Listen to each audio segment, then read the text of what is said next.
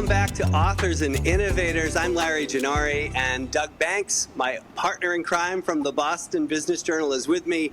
At Authors and Innovators, as you know, we're always happy to speak with authors who are embracing this year's theme, and this year's theme is the changing mindset of business. For decades, CEOs have followed the maxim that profit and shareholder returns are all that matter. Not anymore. A new consensus is emerging, one that focuses on how companies impact their employees, suppliers, investors, communities, and the planet overall.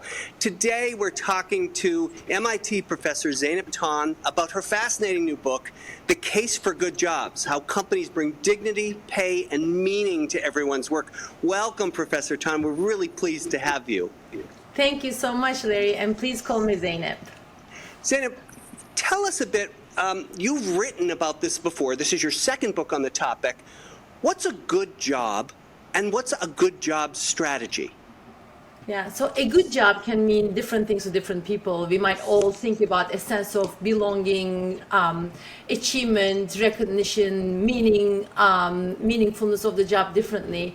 But at its core, one of the most critical aspects of a good job is to be paid enough to be able to take control over your life. And for too many Americans, tens of millions of people don't make enough to make ends meet. They have multiple jobs. They can't sleep. They're constantly thinking about money problems. And when you're in that state where low incomes affect your mental health, your physical health, your cognitive ability, then all the other things like recognition parties, belonging parties, pizza parties, they're just a band-aid on a wound. So pay is such a critical determinant of a good job. Now, pay alone doesn't make a good job, a job a good job, of course, but absence of sufficient pay, we have found over and over, guarantees a bad job and high turnover. And once turnover is high in organizations, then they end up creating an entire system that makes it very hard for employees to have a sense of belonging, to have a sense of achievement, to have a sense of recognition. And how did you come to this research? Can you give our viewers a bit of a sense of who you are, how you came here, and how you came to be thinking about these important topics? Yeah, it's curious that I talk about jobs because my field is operations management. I started my research looking at retail supply chains. And early on in my work, I found that you talked about mindsets. Early on in my work and in my first book, the Good Job Strategy, I saw two different mindsets driving two possible ways to maximize profits. They're both maximizing profits, but in two different ways. So one mindset is to see labor as just another input to production and see labor as a cost to be minimized. Right. Pay workers as little as possible. And in industries like service industries, frontline service industries that is close to minimum wage and unlivable wages, and operate with high employee turnover. That approach is profitable. There are a lot of companies using that approach, but there's another approach, which is the mindset of that approach is to see employees as human beings who drive performance, who drive profits, who drive differentiation, and invest heavily in them with higher wages, more benefits, more stable schedules, and design their work for high contribution and high productivity and operate with low employee turnover. Now, in my first book, I saw that these both options are profitable options. They're choices companies leaders can make. And I call them the good job strategy and the bad job strategy to say that, look, these are options. Since then, a lot of leaders reached out to me, Larry, and said, you know, we see ourselves in that former approach. And we operate with high turnover, and we see all the problems associated with it. We want to get out. But you say that good job strategy is a system. How do we make the case for change for that system? How do we make that case to our board, to our investors, to other leaders? How do we make system change? So this second book, The Case for Good Jobs, is on the why and the how of the good job strategy. And Doug, you've written a lot about CEOs saying, no one wants to work. I can't find people. I wonder if there's a response to that, Zeynep, because you're probably hearing that all the time as well. Yeah, one of the responses to that is our assumptions about humans drive so many of the decisions that we make. Right? There are McGregor called it, the late McGregor from MIT called it Theory X and Theory Y managers. Right? Theory X managers are the ones who assume that people don't want to work, they're lazy, they don't want to take on more responsibility. And if our assumption is that, of course, we end up creating a system that proves our assumption to be true. Right. And then there are Theory Y managers who believe that people wake up to do a good job. People are excited about having more responsibility. People want to do good work, meaningful work, and they end up designing a system that's very different. So I think my response is, what kind of a manager are you? Are you a Theory X or a Theory Y manager? What assumptions do you have about human beings? Because what I found over and over at companies that I studied is that those that deploy a good job strategy, they're the Theory Y managers. They believe in people. And one of the reasons why they believe in people, both their motivation and competence, is because they themselves have been frontline workers before. You know, one of the leaders is Jim Sinegal, the co-founder of Costco. You ask him, how is it that you were able to, from the beginning, you paid your employees almost double the market pay? Right? So much more than your competitors. And he says it's so obvious because this is a people business. But Jim knows this is obvious because he knows that the work in the front lines matter. And he believes in frontline workers because he started as a frontline worker so many years ago, working at $1.25 an hour. And he knows about, you know, frontline employees, their motivation, their competence. He lived it. Yeah. So one of the things that struck me was the metrics that you look at, and you've mentioned employee turnover a couple times already. Talk a little bit more about when you're talking to a CEO. I know they're tracking all kinds of metrics, all kinds of numbers, but they don't seem to track the cost of keeping employees in the first place versus constantly training new employees in, you know, what we would call the bad job strategy. Can you talk a little bit more about the key to turnover and good job strategy? Yes, absolutely, Doug. And I'll talk about the cost of low pay and high turnover, and then also the metrics that we emphasize. So one thing that we found was that low pay and high turnover cost companies a lot more than their leaders may realize, right? First, there's a direct cost of employee turnover. This is the cost to replace the workers, right? Recruiting, hiring, onboarding, training, time to full productivity. Those direct costs can be substantial, but they're the smallest cost of turnover. The bigger cost associated with low pay and high turnover is all the operational problems that reduce sales and profits. And this is why, as an operations management professor, I was drawn to this, because early on in my research, I saw that at retail stores, you know, there were so many stockouts that led to lost sales. And those stockouts happened because employees forgot to replenish the merchandise from the back rooms, or they put it in the wrong place, or there weren't enough people to get all the work done. There were so many inventory-related problems that increased costs, overtime problems, mistakes, etc. So those are the biggest costs associated with low pay and high turnover. And then there are competitive costs, which are, you know, you can't differentiate in the eyes of your customers. And you have a weak and vulnerable system that disables you from reacting to changes. So those are the biggest costs. When we talk about the good job strategy, one of the things that gets oftentimes confused about the good job strategy is that it is a very customer-centered strategy. So the companies that deploy this, their starting point is, we want to win with our customers. We want to constantly improve the value for our customers. So customer-centric metrics are quite important here. And of course, once you make winning with customers, improving the value for customers the objective, then you think about who does the work to create value for the customers in service businesses. It's the frontline employees. So once you're customer-centric, you have to be frontline-centric. It's not acceptable to operate with high turnover where people don't know what they're doing. It's unacceptable not to empower employees to make decisions for customers. It's unacceptable to be understaffed. So the starting point, though, is the customers and winning with customers. And I love the power of your positive assumption about employees. People want to do a good job. They want to take care of customers. That's hard to do when they're not sure when they're going to be scheduled. They're not sure that they're going to be able to make ends meet with these particular wages that they're getting.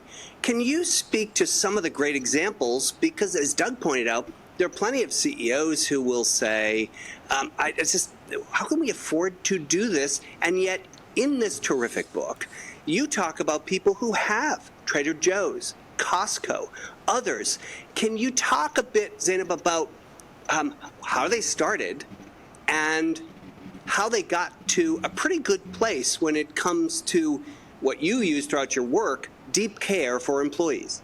Yeah, and I can talk, Larry, about there are examples like Costco, Trader Joe's, Quick Trip, Mercadona, Progressive Insurance, Four Seasons Hotels, it goes on. But there are companies that have always operated this way. But what is exciting is that in this book, I highlight companies that changed during the last couple of years. For example, Quest Diagnostics, Sam's Club, a more than $60 billion retailer, Moe's Original Barbecue, 2 restaurants of a larger chain. These change stories are I think the more interesting ones because they might give hope. But just to provide example, the outcome of the system change for all of these companies that I've just mentioned, and more, like Mudbay, another retail chain, the outcomes were substantially lower turnover, much higher productivity, higher customer satisfaction and sales. Like these are the things I observed. And all connected. And all of and these, all connected. And they're all connected, of course.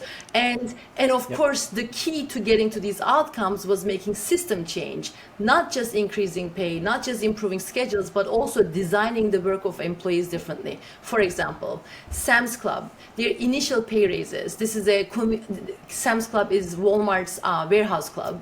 And they compete on the basis of low cost. One of the initial changes to employees that they made were $5 to $7 an hour increases in pay to thousands of people, and providing stable schedules from unstable, unpredictable. So important. Now, so important. But imagine if you were making $15 an hour, now you're making $22 an hour, how much your life changes, right? But they didn't just raise pay. They also adopted the other elements of the good job strategy, which are focus and simplify, standardize and empower, cross-train, and operate with Slack. I'll give you a couple examples of the changes. They use technology to simplify the work. They redesigned the processes to simplify the work. Now that the work was simpler, now that they reduced the workload, they could pay their employees more. They cross-trained employees to be able to perform multiple tasks so that they can react to changes in customer traffic. They created this air traffic control system that allowed them to smooth the workload, which allowed them to provide stable schedules. So it was a whole system change that they made that enabled their turnover to go down more than 25% for their store managers, 25% for hourly employees. Their productivity increased 20%. Previously, they could see 1 or 2% increases in efficiency, and they started winning with their customers through better service. You know, one change they made was to simplify. They reduced their product variety. They reduced the options in the store by about 25%. And that, of course, enabled their employees to be able to do their work faster, to be able to process customers faster, to be able to more knowledgeable, which enabled higher pay. But also their customers started thanking them for including certain products that they had always for caring because now they could find them. They could find them. The store wasn't cluttered. So now you have deep care for your people, but their work is designed for high productivity, and you're creating a lot more value for your customer, and that's how you win. Wow. And this change, Doug, I think there's some BBJ stories in here. Absolutely. And I have one more question. Zeynep, you're a business school professor yourself. One of the things that struck me was that you wrote that business schools are actually contributing to the problem of worker pay. And you mentioned CEOs with an MBA are more likely to run companies with lower wages than non-MBA CEOs. What should business schools be teaching that they're not teaching? Yeah, I think one thing that we need to be teaching is that market pay is not the right pay. We have to teach about living wages and help our students imagine. And the other thing is teaching systems-based decision making, because oftentimes decisions are made in isolation. And for example, if a company is considering should we raise pay, right? If they look at historical data on what happened the last time they raised pay, they might have realized that last time they raised pay, employee turnover did not go down, Improve. or Oh, yeah. it didn't have a huge impact because pay is the only thing that they changed. They didn't think about it from a systems perspective. But our students, company leaders, are not lab scientists. It's not like you change one thing and you see the outcome. It's a whole system.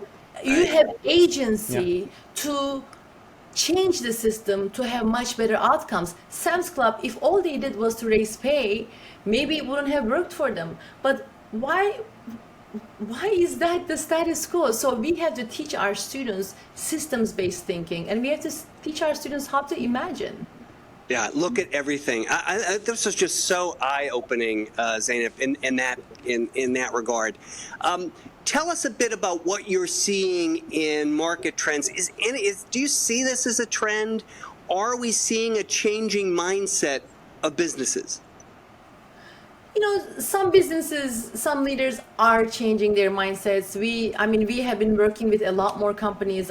We started this nonprofit Good Jobs Institute in 2017, and we have been busier than ever, which is a great sign because these are leaders who want to adopt the good job strategy, and that's a positive. That's positive, but still we're not satisfied because still the mindset is labor is just another cost to be minimized, and we'll do whatever the market allows us to do. But one sign that I see for the future is that demographics in the United States are changing, right? Baby boomers are retiring. Right. People aren't having a lot of kids. So in the future, it seems like we're going to have an aging population, and there will be more jobs than people who will do those jobs. So then companies will have to think about designing the work for higher productivity and higher pay because they will be in a position where they need people. Good jobs, important. And I'm so glad you can be with us for Authors and Innovators. Last question for you, Zeynep. What are you reading these days, and what would you love our Authors and Innovators attendees to know about your reading list? Well, what I'm reading is right in front of me. It's Amy Edmondson's latest book, The Right Kind of Wrong, and she's always good. Fantastic. I would read anything that Amy writes, and I'm also reading a novel, Covenant of Water. I am too. I'm in the middle of it. How are you enjoying it? I'm loving it, but I'm a slow reader, so it's going to take me a while. Thick. It's a thick one. Yeah. Oh, that's great. Well, I'll be anxious to hear your review. Doug, what are you reading? I'm reading a book called H is for Hawk by Helen Macdonald. She was a British woman who had just lost her father and who had grown up in falconing. She literally falconry. So she trains falcons and hawks. And she in this book it's a memoir where she not only she goes through the grieving process for her father while training a very difficult hawk to train. And it's absolutely beautifully written. It goes from it runs the gamut of birds and grief and the English countryside. Phenomenal book. Highly recommend it. Lots of great books, but this one, The Case for Good Jobs, How Companies Bring Dignity, Pay, and Meaning to Everyone's Work, is something that you've got to read if you're attending Authors and Innovators. Thank you, Professor Ton. Delighted to have you here. More to come. Thank you so much, Larry and Doug, for having me.